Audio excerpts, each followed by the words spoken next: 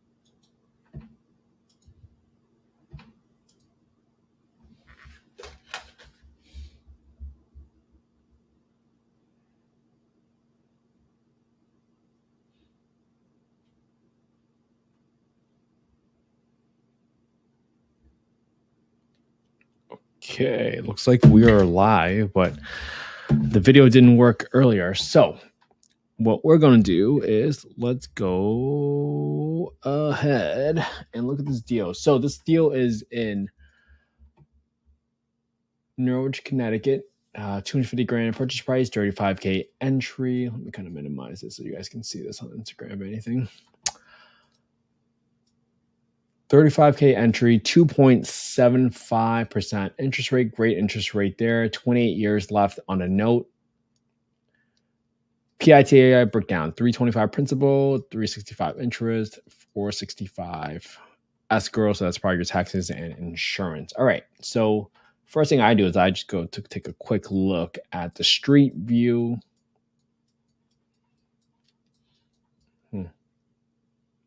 Guess it's a little tight. Huh. Am I even in the right area? The 2-bedroom. I just want to make sure it's not behind or anything like that.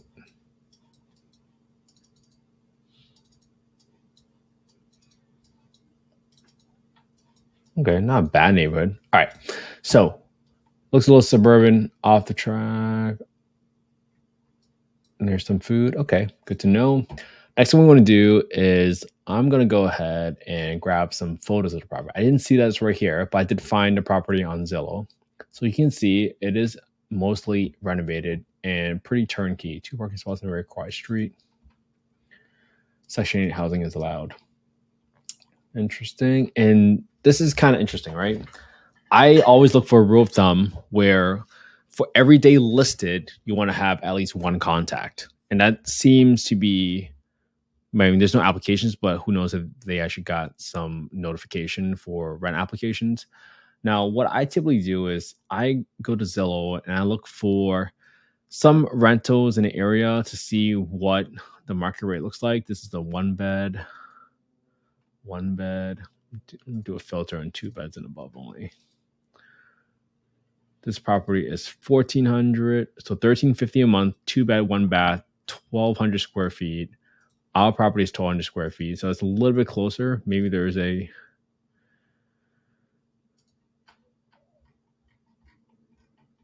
look at this.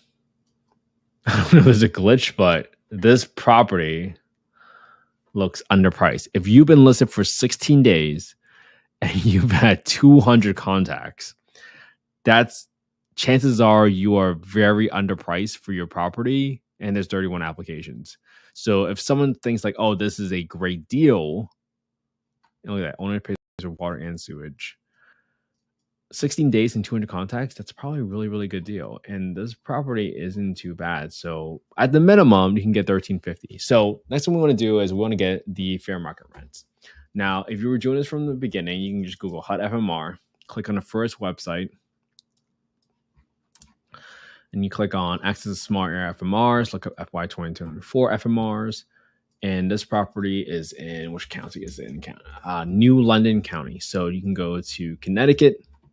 You can go to New London. And then you will see your zip code, which is 06360, 06360. And you see that the fair market rents for a 2-bedroom is $1,430. Okay, so let me write that one down. Let's just do 2-bed. 2-bed. 03060. Did I catch that right? Oops. 06360. Oops. 06360. 2-bed was $1,430, which is kind of in line with what we just saw just now, right? $1,430. Even though this property is listed out for $2,100. Not rented out yet, but at least you know it's there. Then I want to look up the market rent. So when I go to affordablehousing.com, go to the owner section, go to the market rent estimator, plug in the address, plug in the bedroom count. You can see the number I care most about is going to be this number right here, where it says for 25 units within a 0.43 mile radius, 0.43. The average market rent is $1,323. Okay.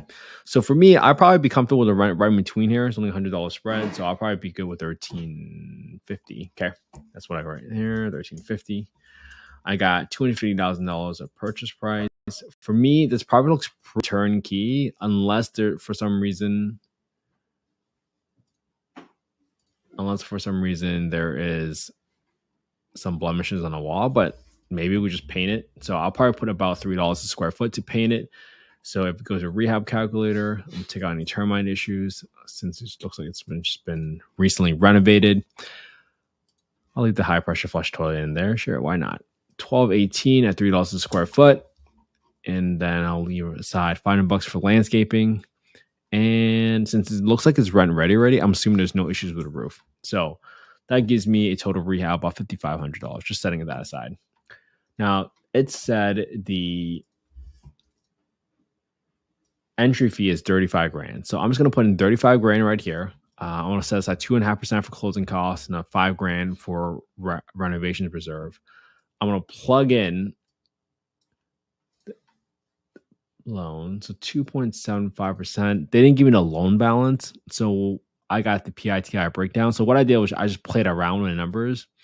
And you can see that in order to get to this number of 325 principal and 365 interest, 365 interest gives me roughly there. And then what I did was I simply took the total numbers that I got from the person that listed the deal. So I did 325. Right, let me show you. I did 325 plus 365 plus 465 less subtract the principal, less the interest, subtract the interest to get me to my property taxes and insurance. So I get to my escrow number 460. This is 465, almost there. Add another $35 for insurance expenses for this property, just in case. To be a little conservative, I set aside 10% for maintenance, and I got 10% for property management and 5% for vacancy. This is going to result in a negative 177 cash flow for this property. Okay. Now, this property will probably not work as a Section 8 rental, minus 177, because you're losing $177 a month. That's 4.6. However, as I'm going through this thought process in my head, what if, because we saw it listed at $2,100, right? What if they actually got a tenant that signed on for $2,100 a month? Because it's not like it's overpriced with zero contacts. At least they have one contact per day. So the market could have a demand for $2,100 for a 2-bedroom. But you are going to be significantly higher than some of the other units are right here, 1,400, 1,600, 1,900. 1,850. That's a little bit higher. 1,100 here. So you got some competition, right? This is a pretty wide range here, to be honest with you. So something for you to be mindful about. But what if, right? I always go through the what if scenario. If I got this property for 2,100,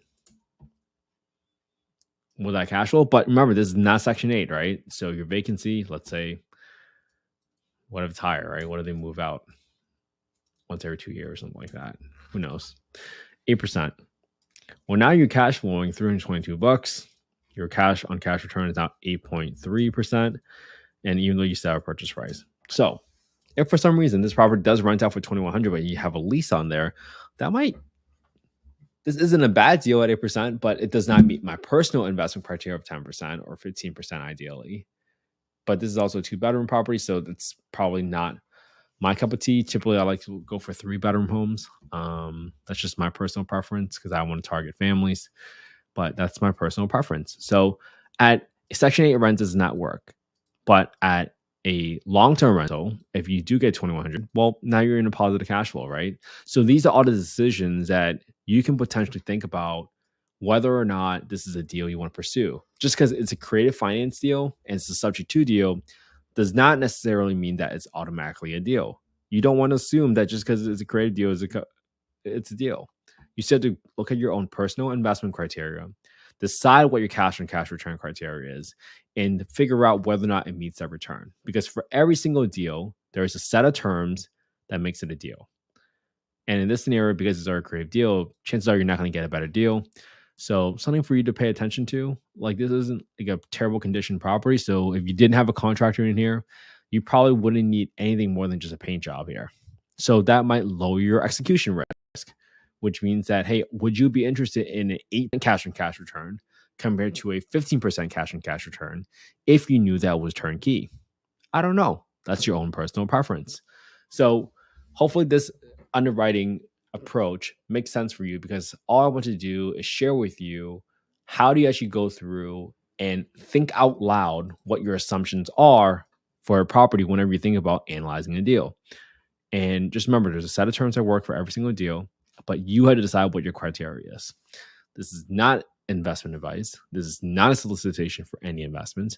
I'm simply showing you what I'm doing every single day, because this is the uncool side of real estate. No one wants to know that you had to analyze 100 deals to buy just one deal, right? It's not the coolest thing to talk about. Some people like to flash Lamborghinis, Ferraris, or really big houses, but not a lot of people talk about the underwriting. And frankly, this is the reality. This is the implied work of real estate investing. So hopefully this helps all of you. If you want to copy the spreadsheet, just DM me on Instagram at investwithkenthe, and I will be glad to share any more spreadsheets with you. I've been very fortunate. I've been given these spreadsheets by other folks, and I just kind of modified it and updated it so that it kind of fits my own underwriting criteria. I hope you all would love to underwrite your own deals every single day. The reason I do this is because I'm not pursuing a single family portfolio of 100 properties. Will I have a few? Sure. But it's more important to go through the work and go through the habits and exercise of underwriting deals every single day, because would you recognize a deal if it came across your table and slapped you across the face? Well, if you can't, how would you ever pull the trigger? How would you ever have the confidence to buy a deal? That's my point. If you have a partner that asks you, hey, how do you know this is a deal? I hope that if you follow along and you analyze one deal with me every single day, because all it takes is 18 minutes a day. 18 minutes a day for a whole year is enough for 100 hours. And you would have spent more time underwriting deals than 95% of the country at the minimum. That will give you the confidence to pursue pulling trigger on a deal, because you can tell yourself you know what you're doing. So have an amazing Friday, everybody. I hope you spend some quality time with your family and friends. We'll be back here again tomorrow because we're going to keep staying consistent together. Have an amazing night, everybody. I'll talk to you again tomorrow.